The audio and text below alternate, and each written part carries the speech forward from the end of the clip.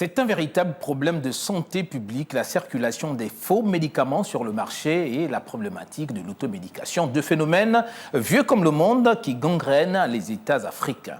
Faux médicaments et automédication. Comment stopper l'hémorragie? C'est le thème de ce plateau spécial. Marie-Livie Oulabou, ingénieure en conception du médicament, directrice de l'homologation à l'Agence nationale du médicament et autres produits de santé. Mon invité, ensemble, nous allons tenter de comprendre l'origine, les conséquences et surtout quelles solutions pour stopper ces fléaux. Madame la directrice, bonsoir et merci d'avoir accepté l'invitation de Gabon 24. C'est moi qui vous remercie. Bonsoir. Alors, on parle de ce phénomène qui est bien présent en Afrique, notamment au Gabon. Qu'est-ce qui peut expliquer justement l'origine de ces deux phénomènes en plein essor dans notre pays? Bon, déjà, en ce qui concerne la circulation de faux médicaments et l'automédication, il faut dire que nous avons déjà un premier phénomène qui est celui de la disponibilité des plateaux techniques, ce qui fait en sorte que les populations sont obligées de se rendre sur ce qu'on appelle communément les pharmacies parterres pour se procurer des médicaments illicites, mais aussi pour pratiquer ce qu'on appelle l'automédication. D'accord, vous dites voilà. Le manque de plateaux dans nos différents centres hospitaliers, c'est cela? L'accessibilité. C'est-à-dire que les populations ont du mal à rencontrer un médecin en urgence. Et donc, du coup, ils sont obligés de se rabattre vers les solutions qui sont les plus faciles. D'accord. Si je peux le dire ainsi. Ok, l'Organisation mondiale de la santé estime qu'un médicament sur 10 est falsifié dans le monde. Oui. Alors, quel est le processus normal que doit emprunter un médicament pour être homologué et vendu sur le territoire gabonais? Alors, pour qu'un médicament soit homologué, c'est-à-dire disponible, homologué et disponibilisé dans nos structures privées, c'est-à-dire les pharmacies, tout d'abord, il faut que le laboratoire qui en a la titularité ou l'exploitation en fasse la demande. Il fait une demande d'autorisation. Laboratoire sur le plan national? Non, je parle des laboratoires internationaux. D'accord, ok. C'est la même procédure sur le plan national. D'accord. Donc, il fait une demande d'autorisation de mise sur le marché et il dépose un dossier en conséquent qui est fourni et ce dossier va faire l'objet d'une évaluation. Et cette évaluation va conduire à l'autorisation ou non de ce produit sur le marché gabonais après avis technique d'une commission qui se réunit régulièrement. Quand vous dites avis technique, ça veut dire que le médicament, on va dire n'importe quoi, si c'est une entreprise en laboratoire, par exemple français, qui envoie ces médicaments au niveau du Gabon, on se contente de dire que c'est un grand laboratoire, c'est très connu, ou alors au niveau du Gabon, une fois le médicament est sur place, là encore, il y a d'autres tests, d'autres vérifications qui sont faites pour se rassurer justement de la qualité. Oui, effectivement. Il ne suffit pas d'être un laboratoire de renommée internationale. Il faut que le dossier soit conforme aux normes internationales qui nous sont imposées. D'accord, on apprend, selon une étude de l'Institut de recherche anti-contrefaçon de médicaments, il paraît que c'est un business qui marche, c'est un peu plus de 20 fois plus lucratif que la vente des différentes drogues que l'on combat dans le pays. Alors, au niveau de Gabon, alors dites-nous, quelles sont les mesures qui sont prises justement pour tenter de stopper, sinon de combattre ce phénomène de faux médicaments que l'on retrouve un peu partout dans les pharmacies à terre, comme vous dites? Bon, pour stopper les faux médicaments, l'Agence nationale du médicament et des autres produits de santé, de par ses fonctions régaliennes, entreprend de façon régulière des descentes sur le marché afin de s'assurer que les produits n'y sont plus.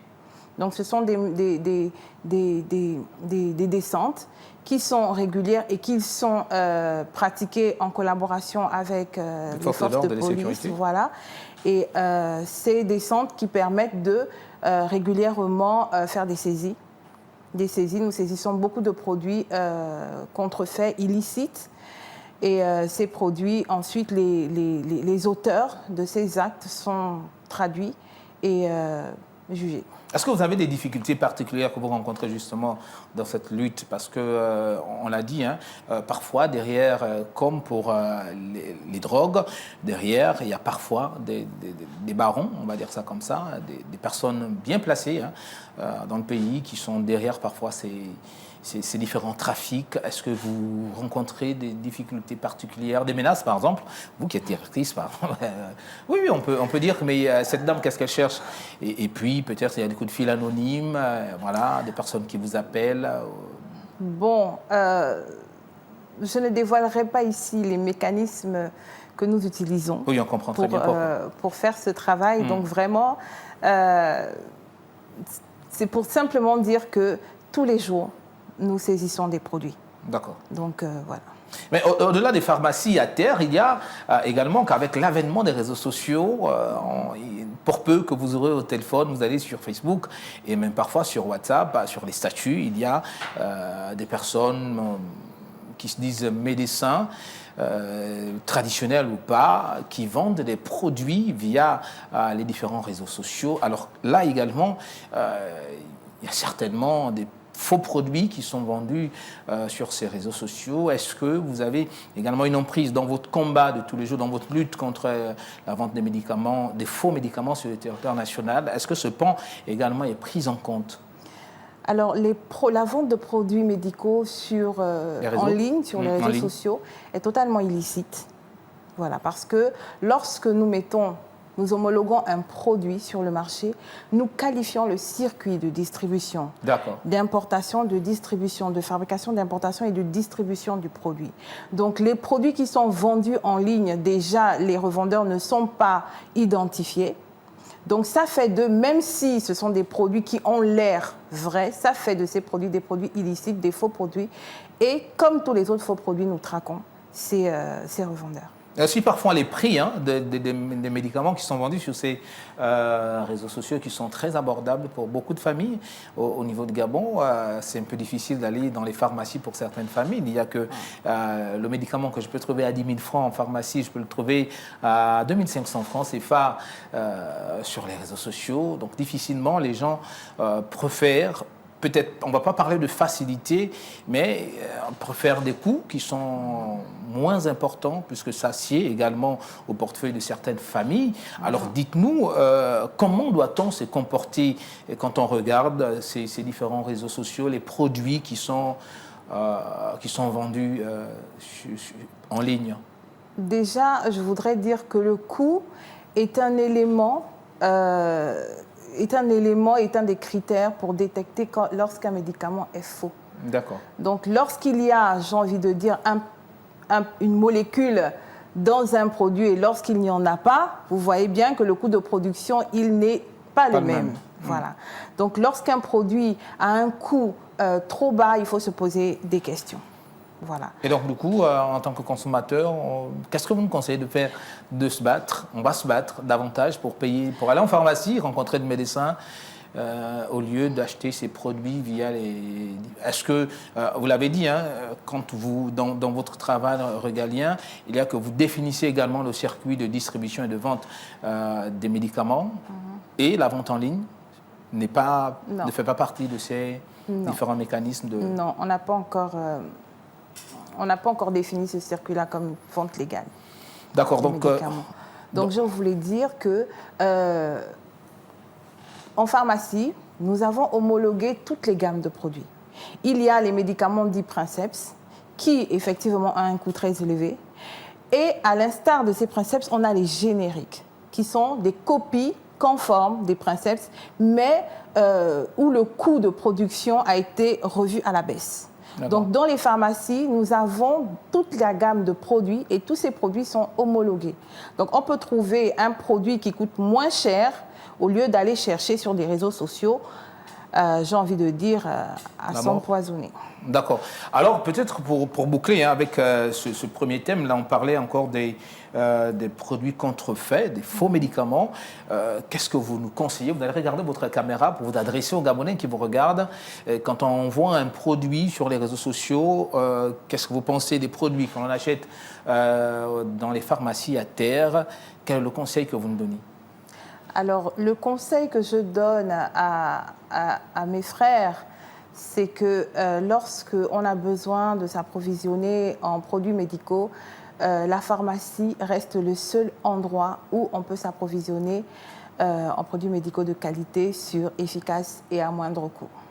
D'accord, je pense que le message est passé. À côté de ce phénomène des faux médicaments, il y a également un autre phénomène qui est en plein essor dans le pays, notamment ce phénomène d'automédication. Déjà, comprendre, qu'est-ce que c'est l'automédication?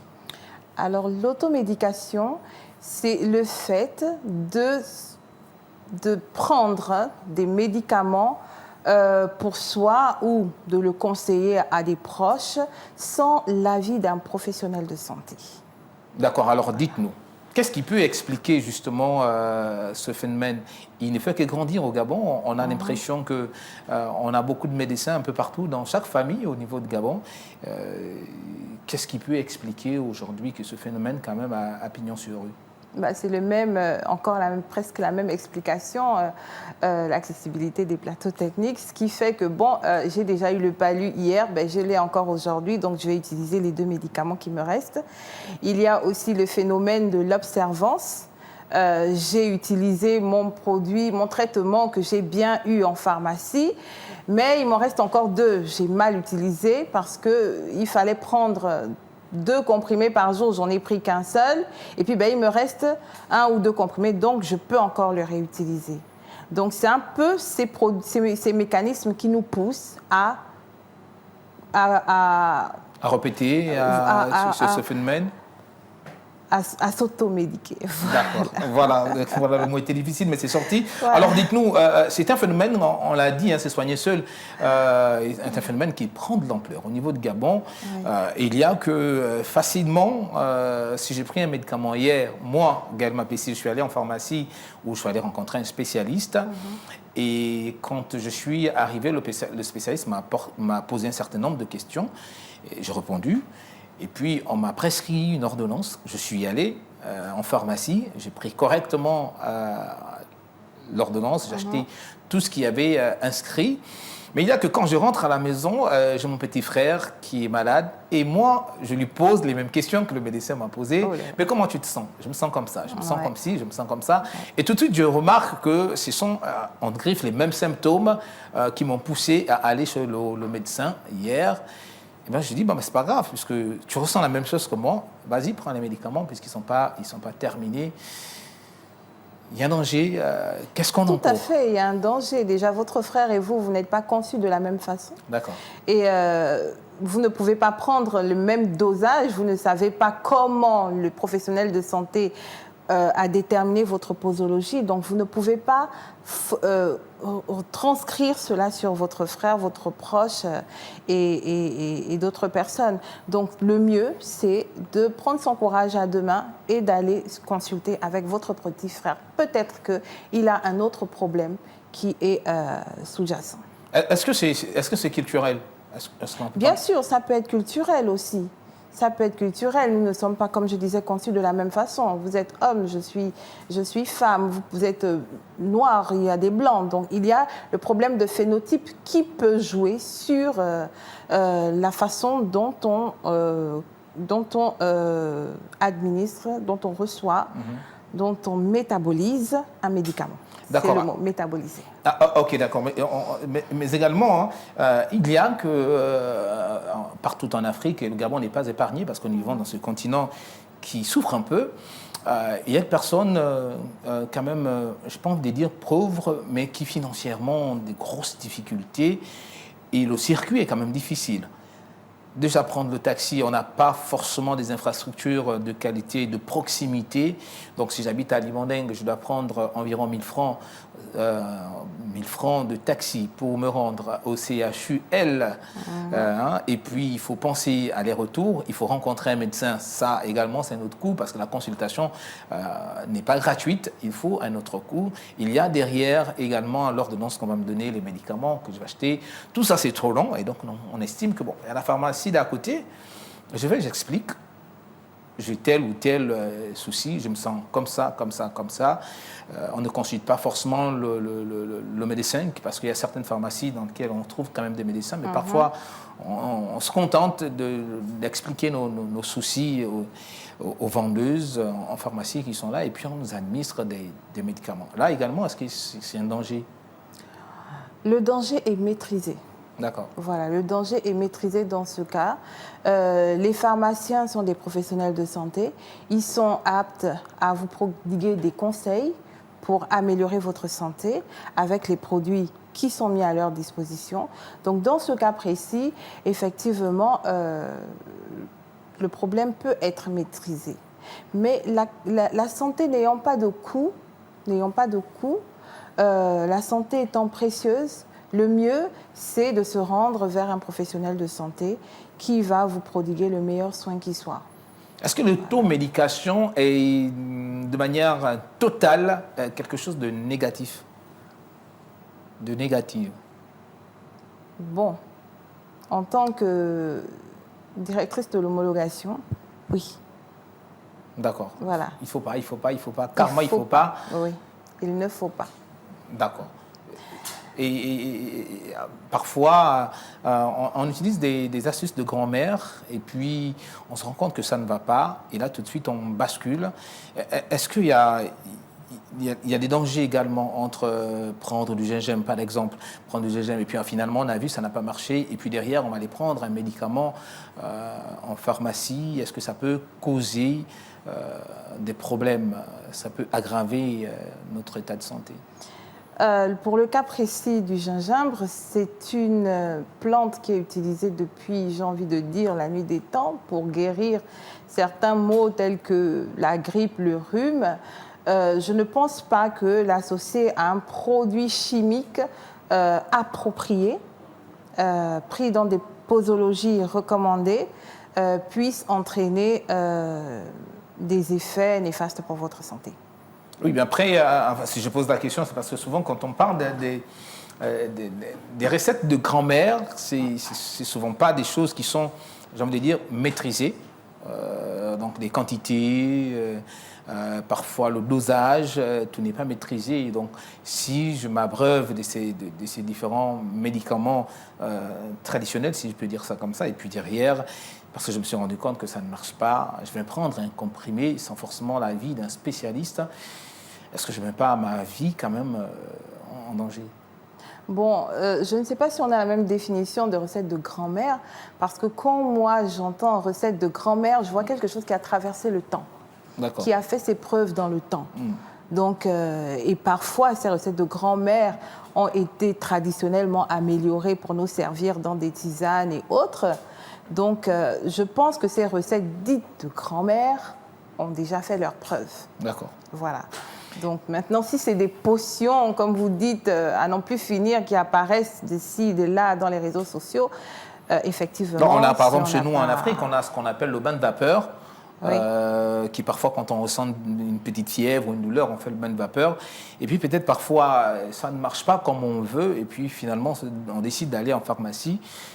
Est-ce qu'il n'y a pas une grosse difficulté certainement, vous cachez autre chose. D'accord. Voilà. Et donc, qui peut être traité par un bain de vapeur. Donc, l'important, c'est d'aller consulter. D'accord. Est-ce que quand on parle des différents traitements administrés, on parlait déjà on a pris un exemple, je suis malade, je suis allé à l'hôpital, j'ai suivi le processus normal, j'ai consulté un médecin qui m'a donné des médicaments et puis finalement, quand mon frère à la maison ressent les mêmes symptômes que moi, je lui demande de prendre des médicaments. Est-ce que c'est un danger également si on a un groupe sanguin différent? Est-ce que le traitement diffère également par rapport au groupe sanguin de chacun? Est-ce que ça a un impact particulier? Ça va dépendre des molécules que vous prenez. Si c'est une molécule qui doit agir sur votre groupe sanguin, effectivement, ça va agir sur le groupe sanguin. Mais si c'est le cas précis, on va prendre le cas, par exemple, d'une grippe ou d'un palu, ça n'a pas d'effet sur le groupe sanguin. D'accord. Ça, c'est pour la grippe ou le palu, mais pour autres maladies, oui, si vous par avez exemple. un problème de sang, certainement, on va devoir savoir quel est votre phénotype à ce niveau. Alors, donc, comment faire pour combattre finalement ce phénomène d'automédication? Est-ce possible d'abord de le combattre? Si oui, comment? Bon, au niveau de l'Agence du médicament, on a entamé une grande sensibilisation au niveau déjà scolaire sur l'usage détourné des drogues. Donc les drogues parmi lesquelles nous avons des médicaments. Et cette opération de sensibilisation a déjà touché pratiquement 250 000 apprenants. Et nous continuons cela dans tout le Gabon pour permettre justement à nos apprenants, mais aussi aux parents, on va essayer de toucher le plus grand nombre, que l'usage, l'automédication et l'usage des médicaments dans le cadre inapproprié peut entraîner des dégâts qui sont parfois irréversibles. Alors, de manière concrète, hein, c'est une émission aussi à caractère pédagogique, donc il est important qu'on revienne sur certaines notions. Se soigner seul devient fréquent. Quels sont les dangers justement concrets encourus par les adeptes de ces différentes pratiques?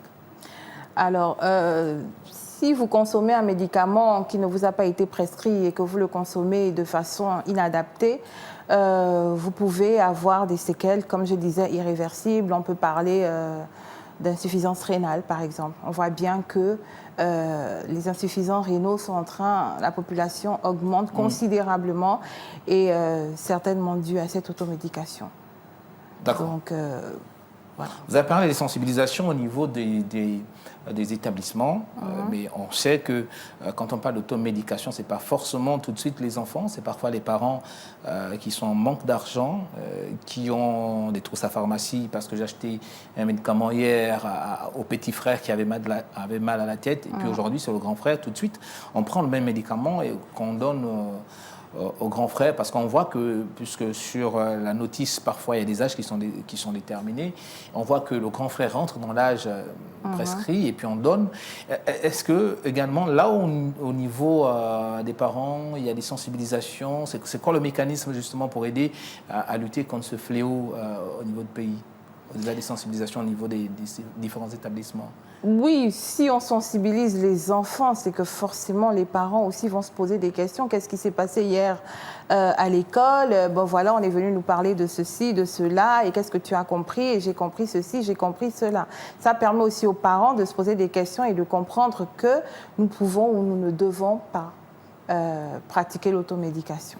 D'accord. Alors, dites-nous, pour parler des solutions, justement, qu'est-ce que vous pouvez dire déjà tout de suite là aux parents par rapport à ce phénomène? Ben, je ne sais que le répéter, il faut aller consulter.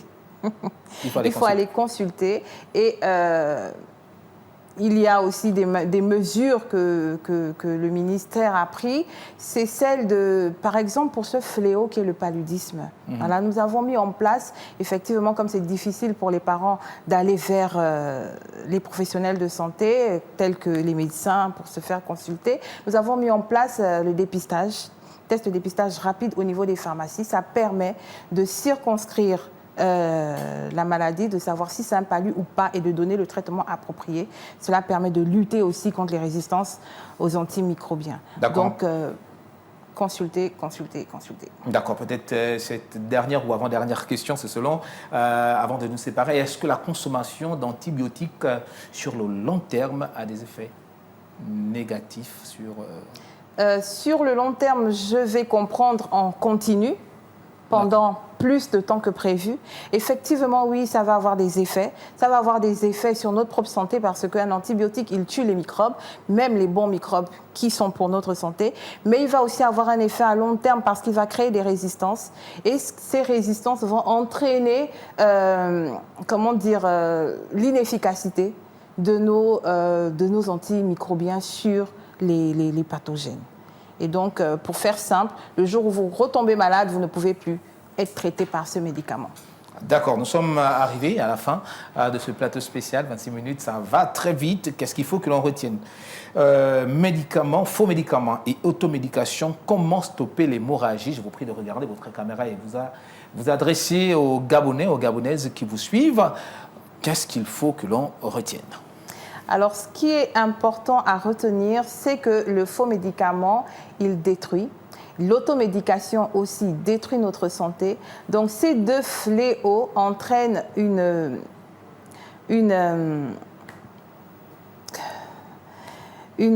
recrudescence de certaines pathologies. Et le but, c'est vraiment d'aller voir les médecins, voir les professionnels de santé pour avoir les médicaments et le traitement approprié. Voilà, consultez, consultez, consultez. Voilà, ça va être votre main de fin. Merci à vous. Je rappelle que vous êtes Madame Marie Livy Oulabou, ingénieure en conception de médicaments, directrice de l'homologation à l'Agence nationale du médicament et autres produits de santé. Merci d'avoir accepté l'invitation de Gabon 24 et d'avoir répondu à toutes nos questions. Merci à vous. Voilà, c'est la fin de ce plateau spécial. Merci de nous avoir suivis. N'oubliez pas, l'information se poursuit sur Gabon 24. On se dit à très vite.